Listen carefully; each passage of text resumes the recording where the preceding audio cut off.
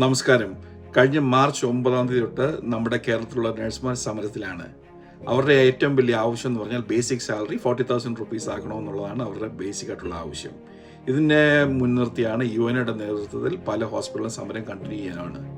ഇതിനോടകം തന്നെ 400 ആശുപത്രികൾ ഇവരുടെ ഡിമാൻഡിനെ അംഗീകരിച്ചു കഴിഞ്ഞു. ഇപ്പോൾ അംഗീകരിക്കാത്ത ആശുപത്രികൾ എന്ന് പറഞ്ഞാൽ വൻകിട കോർപ്പറേറ്റ് ആശുപത്രികളാണ്. ഇവർ മനുഷ്യത്വമില്ലാത്ത പ്രവൃത്തിയാണ് ഇവർ ചെയ്യുന്നത്. ഏറ്റവും വലിയ ഉദാഹരണമാണ്, നമ്മൾ വീട്ടിൽ ഒരു ജോലിക്ക് ഒരാളെ വെച്ചാൽ മിനിമം 1000 തൊട്ട് 1500 രൂപ വരെ കൊടുക്കണം.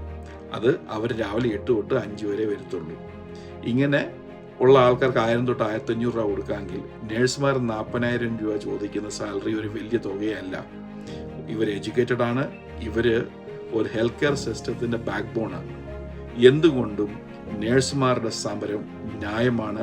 40,000 രൂപ സാലറി ആക്കണമെന്നുള്ളതാണ് എൻ്റെ അഭിപ്രായം.